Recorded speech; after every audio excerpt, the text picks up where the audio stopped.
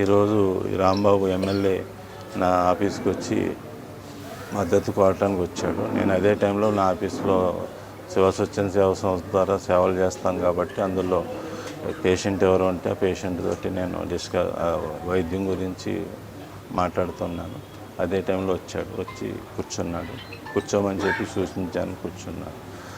అతను ఈ 2 సంవత్సరాల నుంచి నన్ను దారుణంగా అవమానపరిచి నా పేరు ఉచ్చరించే వాళ్ళని, నన్ను తలుసుకునే వాళ్ళని అందరినీ కూడా బెదిరించి అదిరించి నన్ను పూర్తిగా డిలీట్ చేసే ప్రయత్నం చేసిన వ్యక్తికి ఈరోజు నా మద్దతు కావాలని చెప్పి కోరి రావటం అన్నది అది సరైన పద్ధతి కాదు. 2 రోజులు మట్టి నేను కుటుంబం, నా తమ్ముడు, నాకు అన్న అన్నట్టు 2 రోజులు మట్టి మాట్లాడుతున్నాడు. నిన్న ఏదైతే రేపొద్దుట చంద్రబాబు నాయుడు గారి, పవన్ కళ్యాణ్ గారి మీటింగ్ ఉంది తాడేపల్లిగూడెంలో.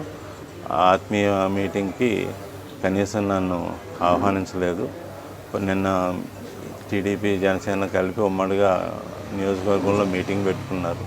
ఆ మీటింగ్కి నన్ను కనీసం ఆహ్వానించలేదు. పైపెచ్చు ఆ మీటింగ్లో కొంతమంది కార్యకర్తలు శివగారిని కలుపుకుని వెళ్ళాలని చెప్పి కోరారు. శివగారి పేరు ఎందుకు ఉచ్చరిస్తున్నారని చెప్పి వాళ్ళందరినీ వార్నింగ్ చేశాడు.